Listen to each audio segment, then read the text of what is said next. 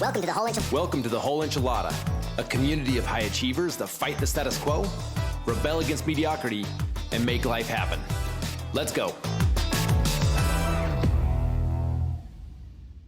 Hey, Enchilada Nation, super excited about an opportunity to connect with one of my good friends and make the introduction to our Enchilada Nation, my good friend, Jake Breen. Jake, thanks for being here today. Happy to be here. Thanks for having me. Awesome. We've actually been talking about connecting in this way for a while. Jake, a couple things about Jake, and then Jake, I want you to give a quick intro about your background and who you are, but I want to share with our listeners a little bit about my experience with you. You know, it's been a little bit over a year since you and I obviously I knew your reputation. I knew who you were in the marketplace. We may have connected at a couple events before, but it was really about a year ago you and I started connecting on a personal level. And it was interesting for me as you and I started having these conversations. It was almost like I was talking to myself, like not only where we were at mentally, but just our life experiences through a lot of things. It's just like, serious? I've done that. No, seriously, yep. I went through that, right? And then our businesses have both grown kind of the same way at the same time. So in a lot of ways, I think that's where, for me personally, where we've connected, where in my perspective, we've become more than friends. We're like brothers through these conversations, which I've just really appreciated. But give our listeners a quick background of who you are, where you're from, what you're doing right now professionally and personally. Yeah, sure. You got it. Talking about myself. Wow. All right. Yeah, I felt the same way, Marcus. And just 50,000 foot level, starting real estate young, early 20s. So been in it almost 20 years. I've, done a lot of production, spent probably the first 10 years doing what a lot of top producers do and just being, going in with both feet into my business. And not necessarily, I'm not going to say that's a bad thing, but I definitely put production and achievements and awards and things at the top of my priority list and early on in my career. And that did lead to production, but it also led to burnout. So, I hesitate to quote numbers to come off as arrogant, but I want to give you a reference point. So I have done over $500 million in sales. I've managed at 2 luxury brands, Sotheby's and Berkshire Hathaway. But outside of that traditional realtor sales path, I've done a lot of unique things, started some ancillary businesses, software company that does doctor relocation and referrals around the United States. I've been a public speaker on Berkshire Hathaway's national public speaking circuit. I've ran a few committees for them, young top producers, things like that. And we'll dive into this, but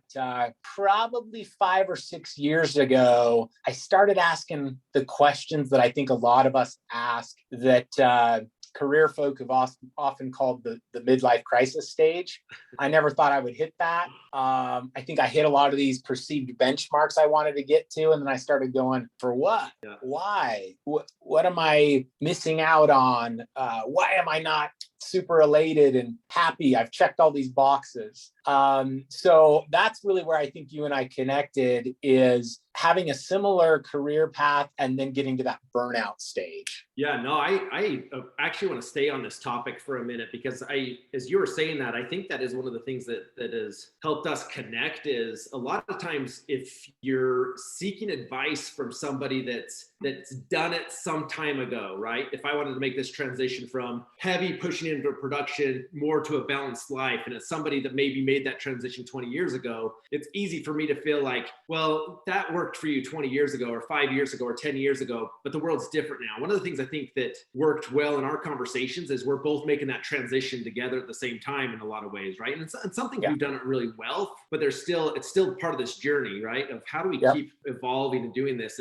And I think one of the things that a lot of our listeners are experiencing, and you and I have talked about this, when I got into the business, I felt like I had a chip on my shoulder of like, I've got something to prove. I'm going to prove to people I can make it in this business. And I became so production focused. I tell people all the time, like when I first got in this business, my motivation was huge, but may not have been sourced correctly. I had dollar signs in my eyes of like, I'm going to show all these people that I can do this. And then you hit that moment of clarity of like, well, why do I still need to get to that next level? I've already surpassed a lot of my initial goals when I first got into the business. Tell me a little bit more about like that moment for you? How did you get clarity on like going from drive to wait a second? Yeah.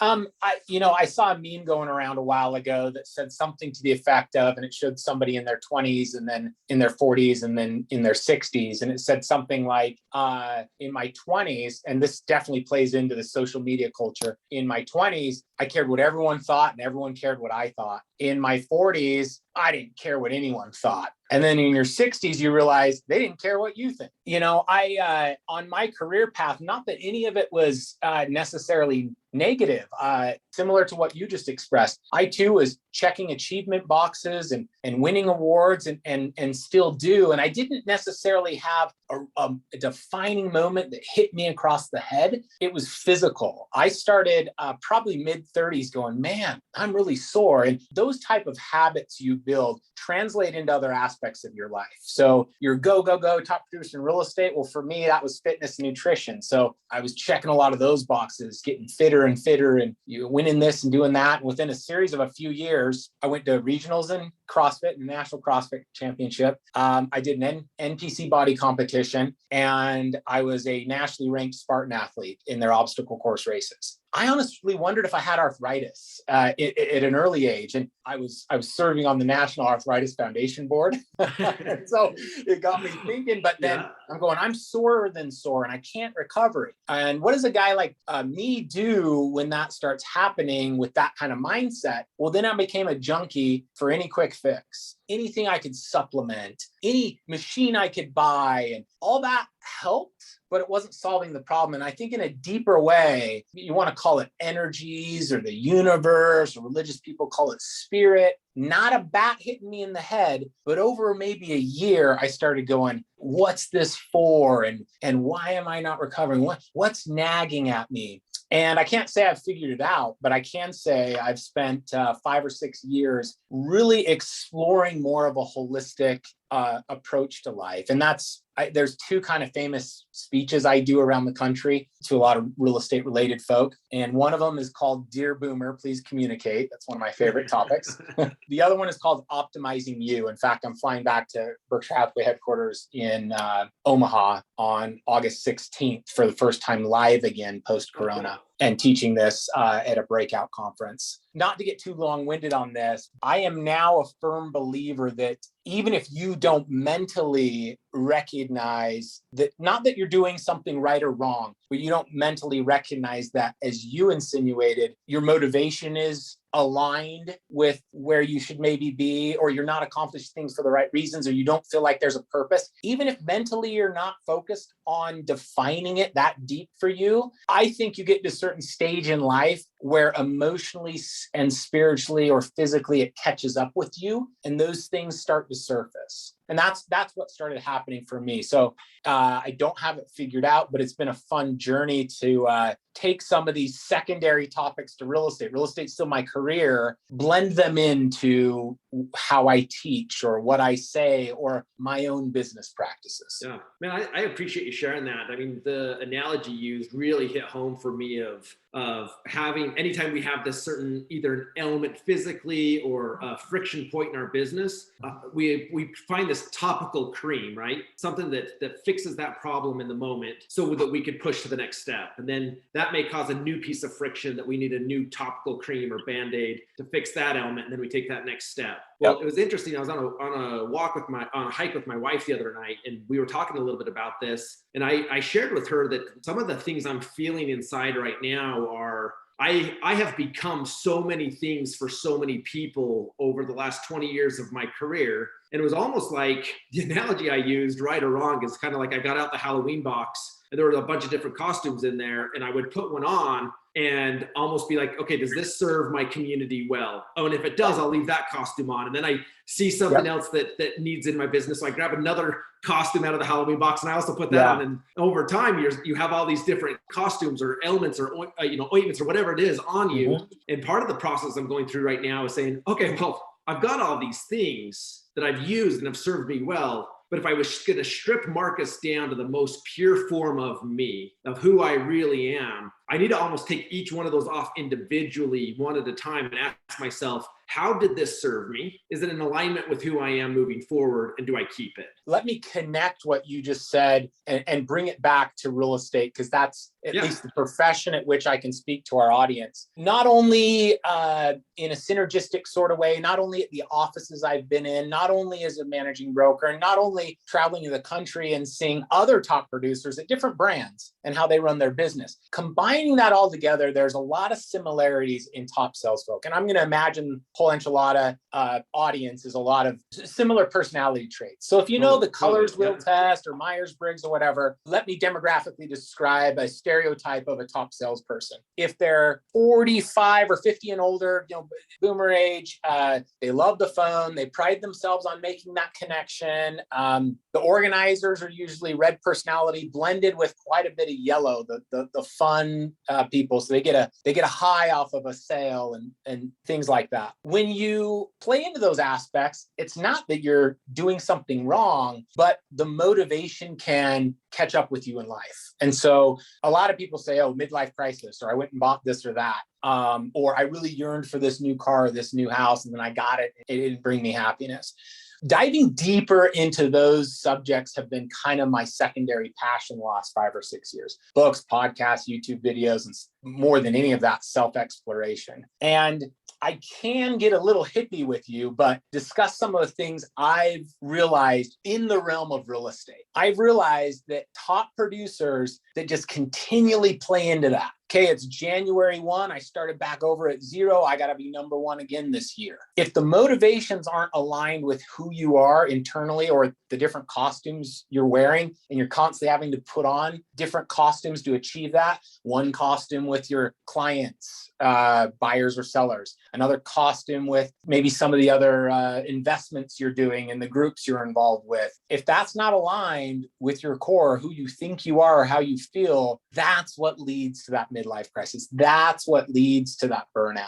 And I've found really it's one of two paths people go down. They either get so burned out, it's a career change, they're done with this, can't handle it anymore, or something worse. They say when the mind is at dis-ease, the body gets disease. Or they go on this exploratory path, maybe in a hippie sort of way, get their chakras and energies and all those things aligned. And a lot of things may not physically change. You may still keep doing the same work you're doing. You may still remain a top producer, but you get a resurgence in excitement and energy for what you're doing. No, I love that. I think that's a big part of the conversation of what we're focused on in the whole enchilada is there's all, and you look in our industry, you walk into any real estate agent's office that's producing and pull up their phone, they're gonna have a list of podcasts they listen to. They're gonna have a list of books on the wall, which are all great. We all should be growing and self-developing, but we're in essence, a lot of times looking outward for fixes, right? Mm-hmm. And there's great knowledge in there, but the thing that we don't do is take that knowledge and process it internally. And going back to what you're saying is figuring out that congruency, because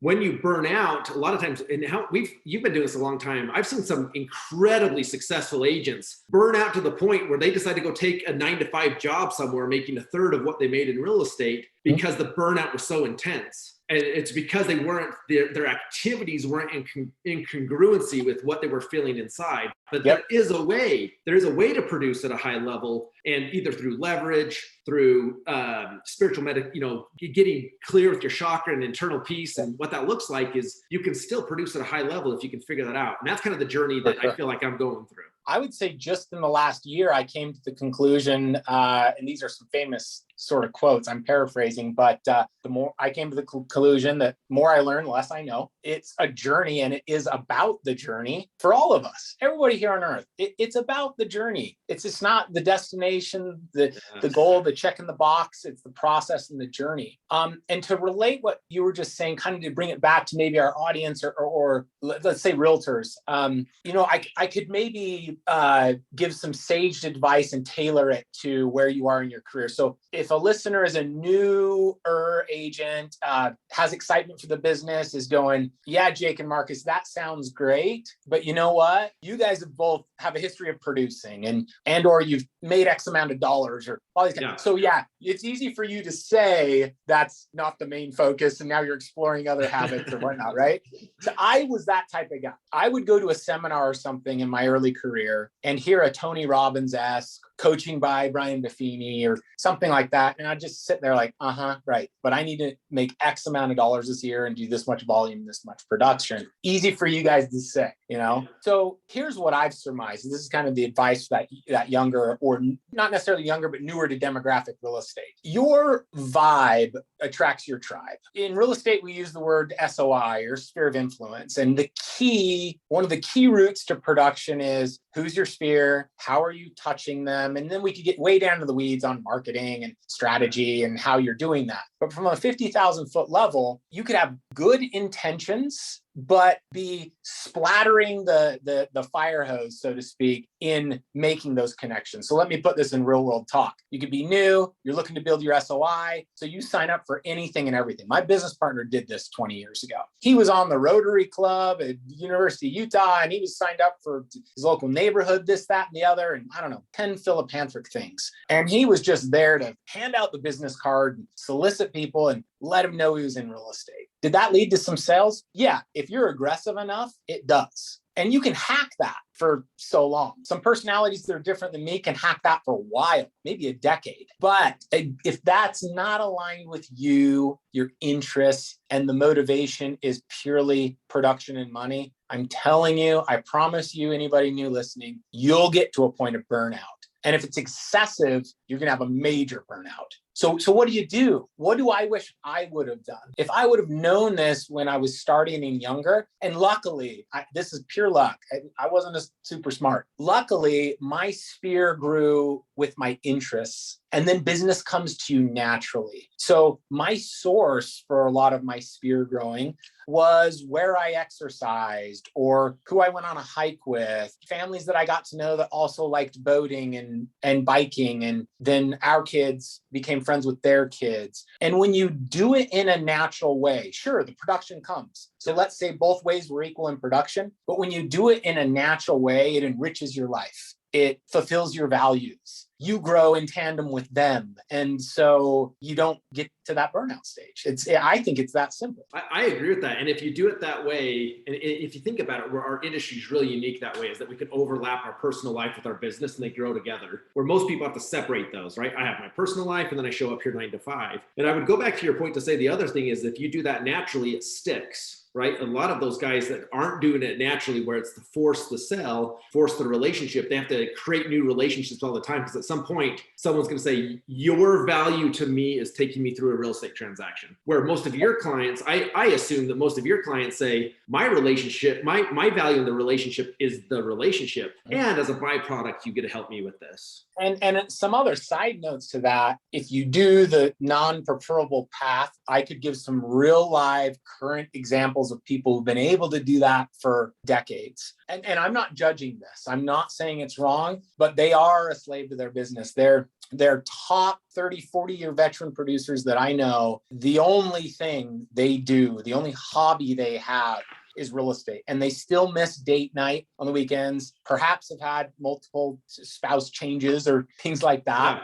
Yeah. Again, no judgment here, but I haven't just seen it once, seen it many, many times. And having an intimate look into some of these people's businesses, having office next door for years with this type of personality, I can say one I'm thinking of in particular has every cool car that I would ever want, is checked off all the rewards you can in residential real estate. But the only thing I've seen that brings light to his eyes is another sale. When that happens for so long, you kind of succumb to that. And I'm going to use another phrase for that. You are a slave to your business. If you're okay with that, if that is truly your only passion in this life, I'm not going to judge that. But that's not the path for me. Yeah. And more than likely that person, even if that's right for them, this isn't their platform, right? They're not going to lean into the conversation we're having. And so I think it's important for all of us as we aspire to be someone else, right? As we aspire to be like one of our mentors, it's important to remember that success leaves clues. So to look beyond, if you're admiring someone because of the car they drive from real estate sales or whatever it is, it's also investigate the other aspects of their life before you decide that is my future me, right? That's why I aspire to be. And the caveat I'll put on that is also give some grace around that, right? Like if you look at my personal history, our community knows that I'm on this journey with you. I'm in no way saying, look what I've done. Because if you look at my own personal history, hey, there's been times that my fitness has been out of whack and I had to get it back in check. There's been times that my family life's been out of whack and I've had to get it back in check. It's not always this even flow of growth across all aspects of life. There's times that you don't even recognize you're out of balance until you're out of balance. Yeah. You have to take drastic effort to get it back into balance.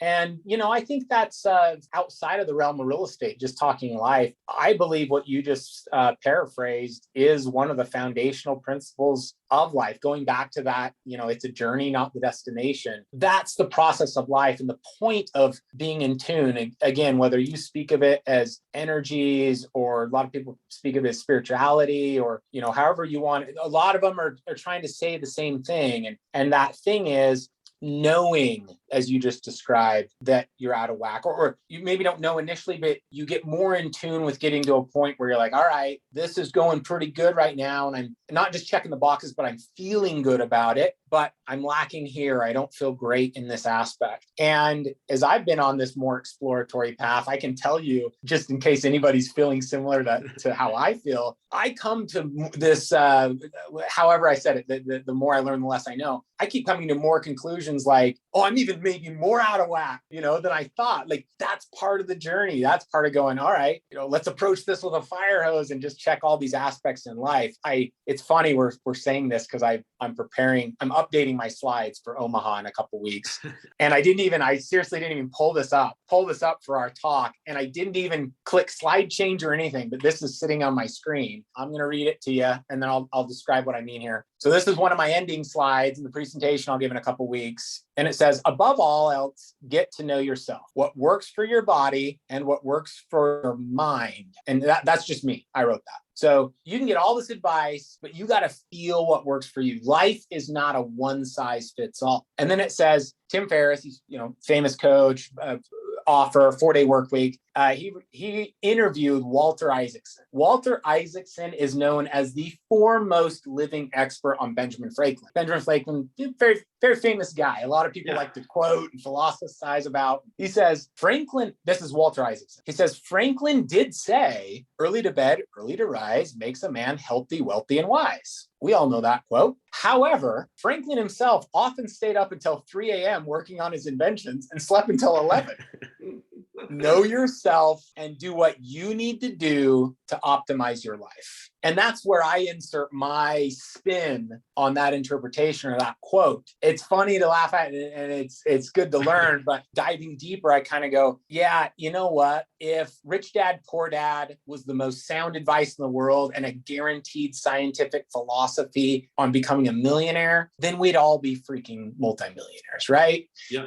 And we could apply that to any other philosophy in life. If you could just write it in a book and everyone would follow it and it worked for everybody, well, then we'd all be in Orderville and live the exact same black and white lives. Yeah, how boring. Whether we had success and money and food and everything else, you'd shelter or not. The purpose is the journey. And that starts with knowing yourself. And to bring it full circle, that midlife crisis that maybe a lot of people get to career-wise, how do you know you're there? I mean, if you're second guessing things, if you're super stressed, if your vibe is not attracting the tribe you want to be with, those are signals. For me, I'm a hardhead. So it had to boil up enough to be physically ailing my body all the time that I thought I was getting early onset arthritis in my mid-30s. I jumped down that rabbit hole of a decent amount of money and time spent in testing and recovery. I did a lot of stuff, guys, for a year. It was a waste of money. I did a live-in, 2 different week-long stints at the Human Garage in Venice and LA,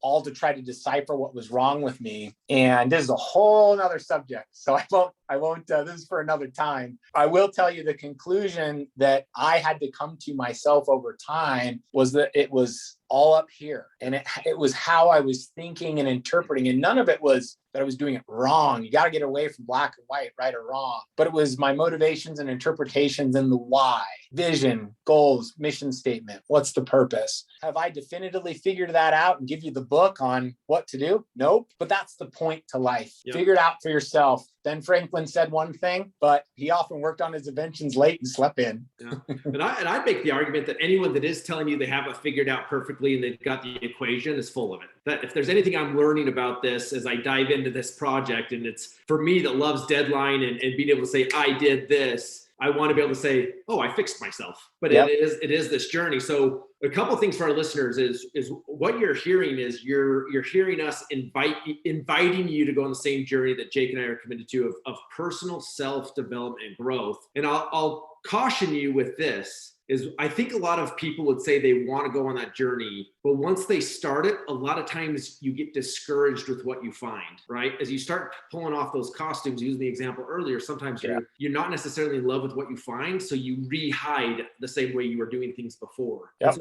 what I would encourage you to do as you go through this is you look yourself in the eye in the mirror when you're brushing your teeth or whatever that looks like. And if you find yourself saying, I don't like this about you, I challenge you to remove that from your vernacular. And instead of saying, I don't like you for this, enjoy that person for their courage to become something else. Embrace the journey, because I'm finding, even though I'm uncovering things that I didn't know I needed to change about myself and they're coming to the surface and there's some pain associated with that, there's joy in the journey of recognizing it and making some changes with it. Yep. I encourage you to approach it that way because it can be discouraging. Any thoughts on that, Jake? Yeah, no, actually, when you said that, I got a little bit of chills on my arm. I was going to show you guys because it really is so well said. We can consume a lot of information. We can read a lot of books. We can be motivated after a conference and decide every moment I'm driving in my car, I'm going to consume another podcast or listen to another piece of material. But putting it into practice, it's a whole nother ballgame. And there's a bunch of podcasts on that. So you can really, in self-discovery, start building up all these storylines that get you quickly discouraged. I for sure did that. That was probably my first 2 years of this 5 to 6 year journey I've been on.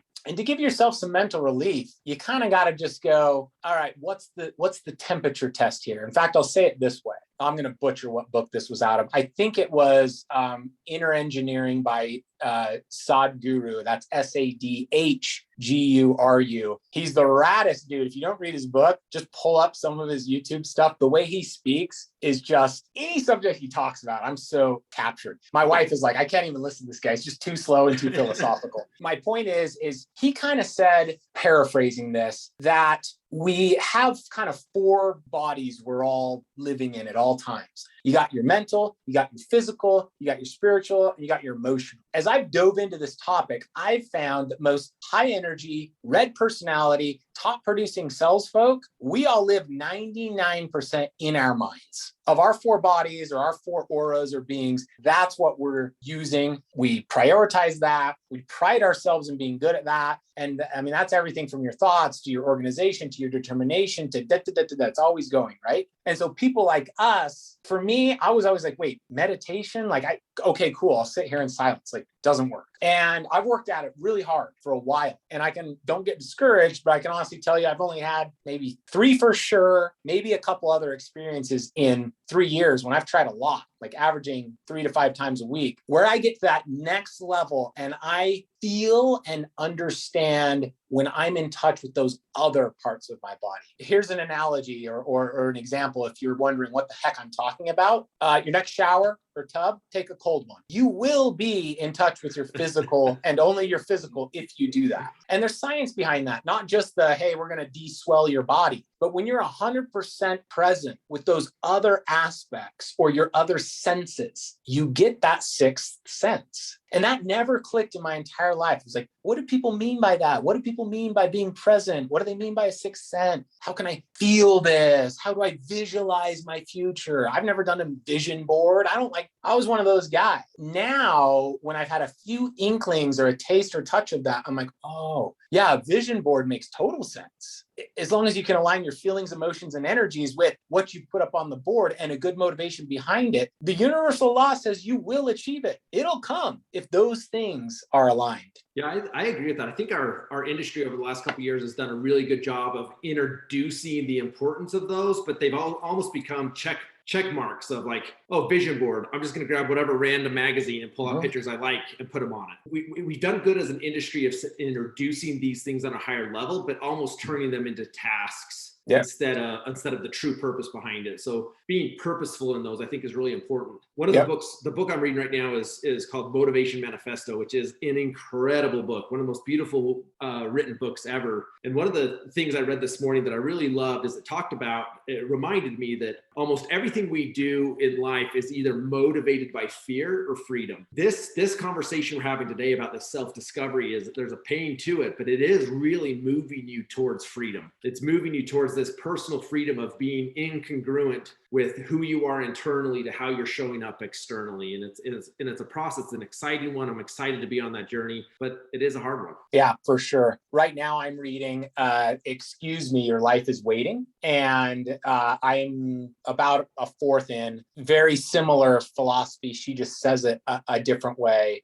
That same analogy can be drawn to a lot of conclusions in life. Like, let's apply what you just said to money. You'll hear a lot of famous current day wealthy people say something similar to this. You'll hear a lot of Stoic philosophers make quotes around this topic. But as it pertains to money, they'll say something like, enough money gets you to a point of freedom, and then surpassing a certain line starts to reshackle you. So that's not to say every billionaire is shackled. There isn't a specific dollar amount that gets you there. It's a mindset and mind frame. Let me finish that by saying something about rules. I'm the type of personality that always saw rules. Like, I was the elementary kid that was always in trouble, because it's like, if there was rules, it's made to be broken, I'm going to be defiant.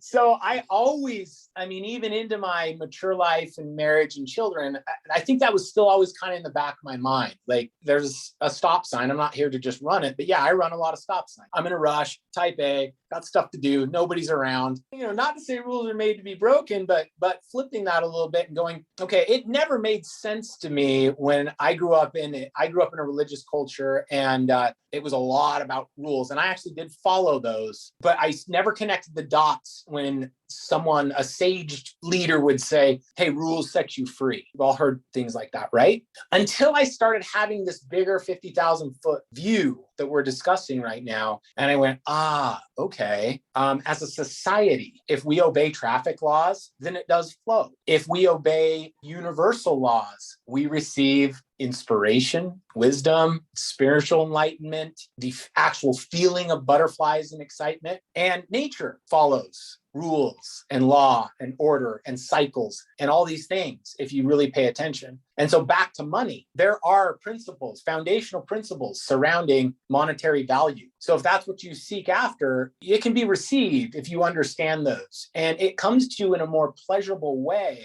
if you're following those universal laws. And I think that's back to the whole life aspect. That's all just part of the journey. You're never going to figure it out and check that box. You're going to experience it as you go, but you will get more in tune with how to do it within your field. And for me, the stress kind of dissipates away when I'm approaching my career that way. I'm more excited for my days. I'm not worried about going back to zero on January 1st in production. I have faith that it'll come. I'm sounding kind of religious now. It's a more enjoyable way to go about your day. Oh, I love that. Maybe that analogy about the rules, I think, is really important, because I naturally fought rules for so long. And what I had to learn is not all rules are created equally, right? It's what rules get me to where I want to go. And once I saw the connection, I will embrace those rules. The book, The Code of the Extraordinary Mind, he coins a phrase called BRULES, BRULES, which is bullcrap rules. And he doesn't say crap in the book, but the idea behind it is he says you should question every rule you live by and decide, is that rule relevant to you, right? Because so many of us adopt certain rules within our lives based on the environment we grew up, how many siblings we had, which teachers we had, what schools we went to. All these things shape us into who we are, and we just adopt things because in that moment it was a required of us, and then we took them with us into the next environment, whether they're true for us or not. So part of this, I think this is very much in alignment with this idea of this journey of self-development. Is part of it is just discovering what rules have you carried with you too long that you need to release, and what new rules do you need to introduce into your world that you can embrace because it sets you free. Well said. Well said. Awesome. Well, this has been a really fun conversation, Jake. I want to wrap up here. I want to give you an opportunity to share any closing thoughts on our conversation today before we wrap. Sure. I just clicked down through some of my other quotes while we were wrapping up here, and these are all mine. Now, you might find them very analogous to other quotes, so I don't take total credit for them, but I've changed some of the wording to today's vernacular, how we all speak. Here's some of my favorites. I have these quotes posted on my hutch in my kitchen for my kids, so they make fun of me a lot, and I often remind them of some of these. So here we go. Happiness is wanting what you have, not having what you want. Dare to compare, but beware, you'll lose your hair. Experience things. Experiences are not things. Pause, experience now. It's the only time you can actually affect. You can eliminate any hateful by being grateful. So I'll leave you with those things. And I'm really excited for this audience to grow. We'd like to attract people who want to experience this same journey. And it's exciting. We invite anybody that feels similar, or if you're feeling a little tight and body bound like I was, I can probably give you a few pointers on how to work that out. Awesome. Love it. Jake, as always, you and I could talk for hours, and I always appreciate our conversations, and I appreciate this one just as much, and really excited to partner with you on this journey of building a network of people that think like we do, that we can grow with and hopefully support them back.